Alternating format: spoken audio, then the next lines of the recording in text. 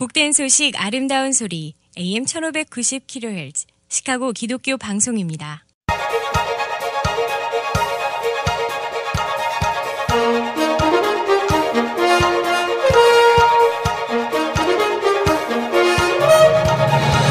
김정일 해설위원의 시사 해설. 세상을 넓게 봅니다. 삶의 지평이 넓어집니다.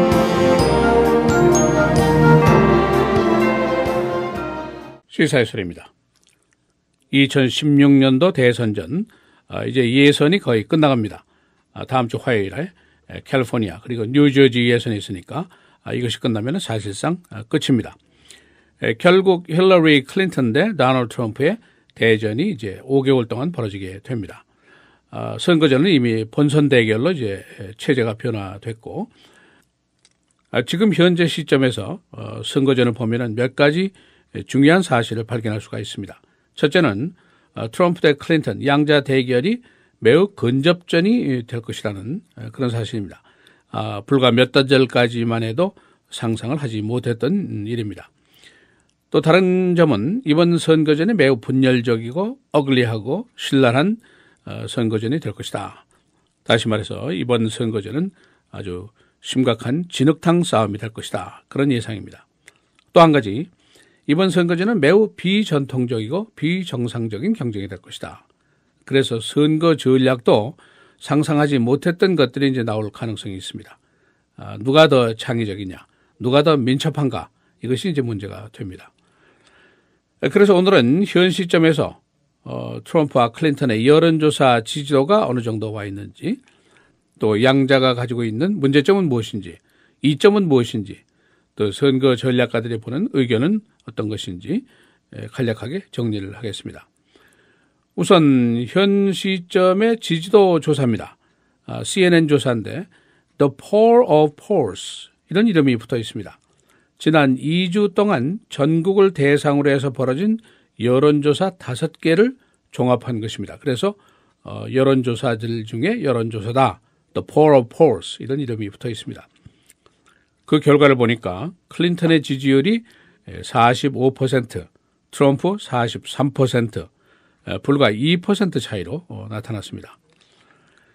CNN이 불과 한두 달 전 3월, 4월에 여론조사를 했을 때는 클린턴이 트럼프보다 10%에서 14%를 이기고 있었습니다. 두 자리 숫자나 이기고 있었던 것이죠. 불과 한두 달 만에 트럼프가 클린턴을 2% 거리까지 추격을 했다. 이제 그런 결론이 됩니다. 도대체 무슨 일이 벌어지고 있는 것인가? 이것이 모두의 궁금증입니다. 이런 현상이 5개월 동안 지속이 될 것인가? 그런 의문이죠. 일반적인 상식으로 보면은 트럼프가 그야말로 수많은 투표인 그룹들을 모욕하고 반감이 크게 고조된 상태입니다. 멕시칸, 모슬렘, 여성, 이민자들이 모두 모욕을 당했다고 생각을 하고 있습니다. 또 그의 국제정책이라든가 교육정책, 희한한 주장이 계속되고 있고, 또 수많은 언론들이 아주 노골적인 공격에도 불구하고 트럼프의 지지도는 상승 일로를 걸어왔습니다. 결국 그의 이 비전통적인 선거전이 먹힌다. 그런 이야기가 될 수가 있습니다. 그 시발점은 저소득 백인들 또 저교육 백인들의 불만 또는 좌절감, 이것을 이제 크게 건드린 것이 출발점이었습니다만, 지금 보니까 그의 지지 그룹의 크기가 더 커졌다고 볼 수가 있습니다.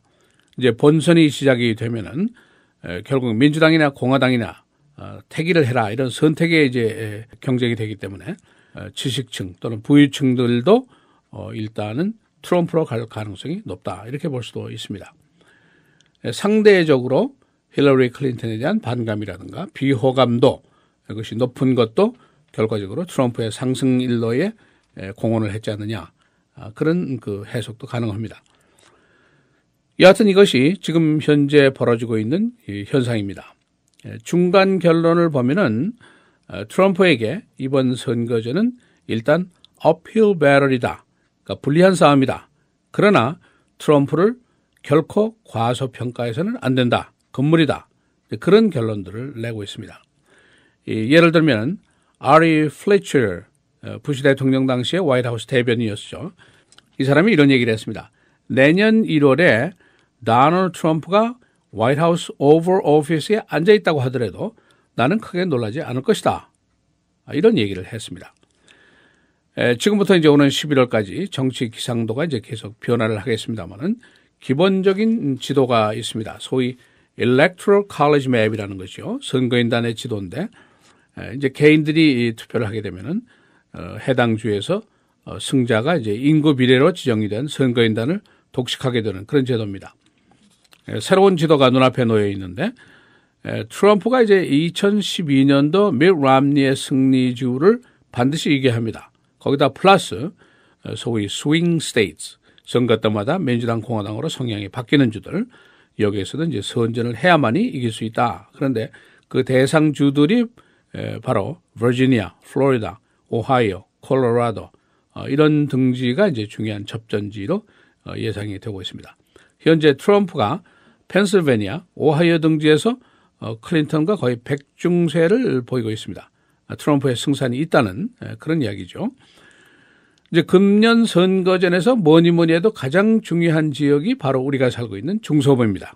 소위 러스트벨트 이렇게 부르죠.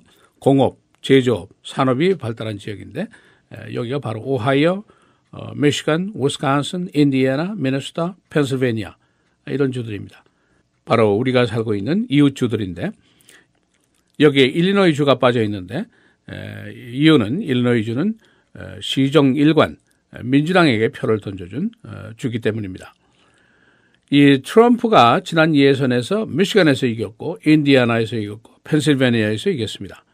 특히 인디애나에서 대승을 거두면서 나머지들이 다 주저앉고 이제 트럼프가 독주를 시작한 것이 바로 인디애나입니다. 우리 바로 옆에 집이죠. 이 산업 지역에서는 이제 제조업이 몰락했고 고용이 떨어지고 있고 또 자유무역에 대한 반감이 높은 지역입니다. 그래서 트럼프의 그 America First, 미국이 우선이다. 이 약속이 얼마나 먹힐 것인가 이것이 이제 중요한 문제입니다. 트럼프는 미국이 중국에게 강간을 당하고 있다. 이렇게 아주 직설적인 표현을 했었습니다.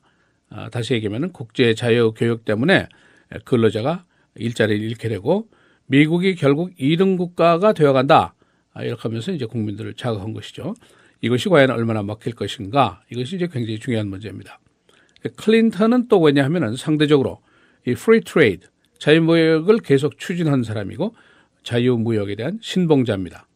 그러니까 중서부가 가장 중요한 지역인데 중서부의 표심을 어느 쪽이 더 자극할 것인가 중서부의 표를 많이 얻는 사람이 결국 당선될 것이다. 그런 예상이 나오게 됩니다. 이번 선거전에서 누가 당선이 되든지 국민의 절반 이상이 싫어하는 대통령이 나오게 된다. 이것도 이제 역사적인 일이라고 볼 수가 있습니다. 따라서 이번 투표에서는 투표율이 크게 문제가 될 것이다. 그런 예상입니다. 좋아서 투표를 하러 나오는 사람보다 안 좋아서 투표를 하러 오지 않는 사람이 더 문제라는 것이죠. 그러니까 투표율을 높이기 위해서는 지지자들의 열기 높이기가 중요합니다. 그런데 여기서 상대적으로 트럼프의 지지자들이 클린턴 지지자보다 더 열렬하다. 이제 그것이 트럼프의 강점이다. 이제 그런 지적이 나오고 있습니다. 또 한 가지, 어차피 이번 선거전은 어글리할 것이다. 매우 공격적인 선거전이 될 것이다. 이제 그런 예상이 나오고 있습니다만은 이 공격적인 톤을 계속 유지하는 거 또는 이 공격적인 톤을 더 높이는 거 이것이 중요하다는 얘기입니다.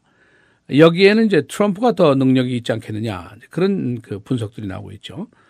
그의 전략가들이 트럼프한테 지금 이제 그 충고를 하는 것이 도널드 트럼프답게 해라 그런 얘기입니다. 다시 말하면 더 공격적이 되라 그런 뜻입니다. 중간으로 가든지 중도적일 필요가 없다.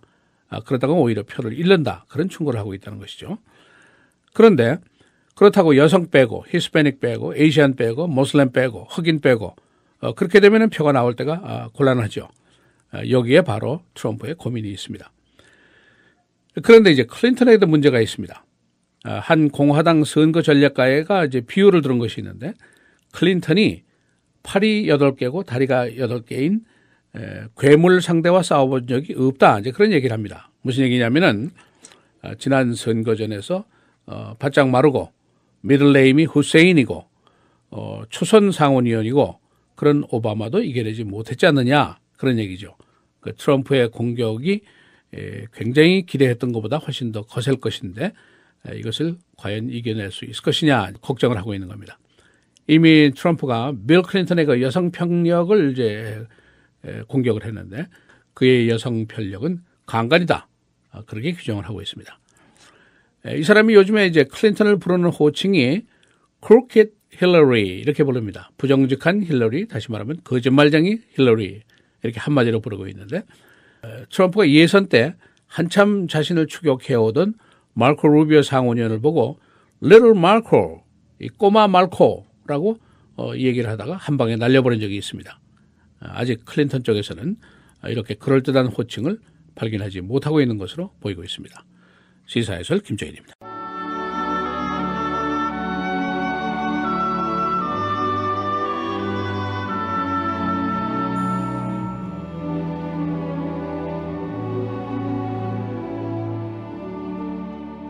누구든지 제 목숨을 구원하고자 하면 잃을 것이요 누구든지 나를 위하여 제 목숨을 잃으면 구원하리라.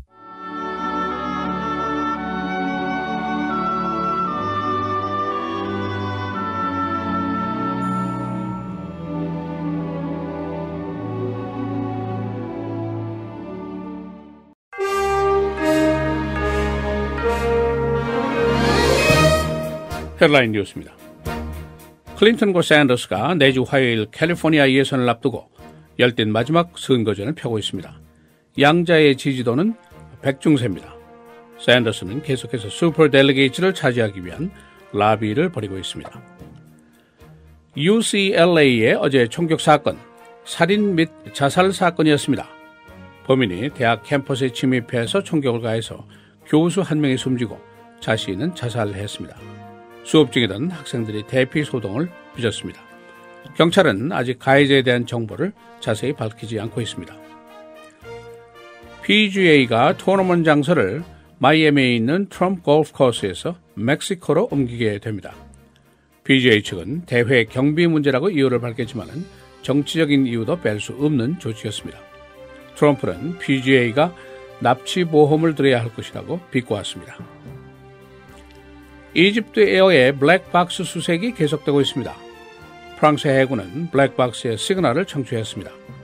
블랙박스에 장치된 배럴리는 6월 말까지 계속 작동합니다. 4년 만에 시리아에 대한 구호 물자가 현지에 도착했습니다. 미국은 시리아 사태에 대한 외교적 해결에 회의적입니다.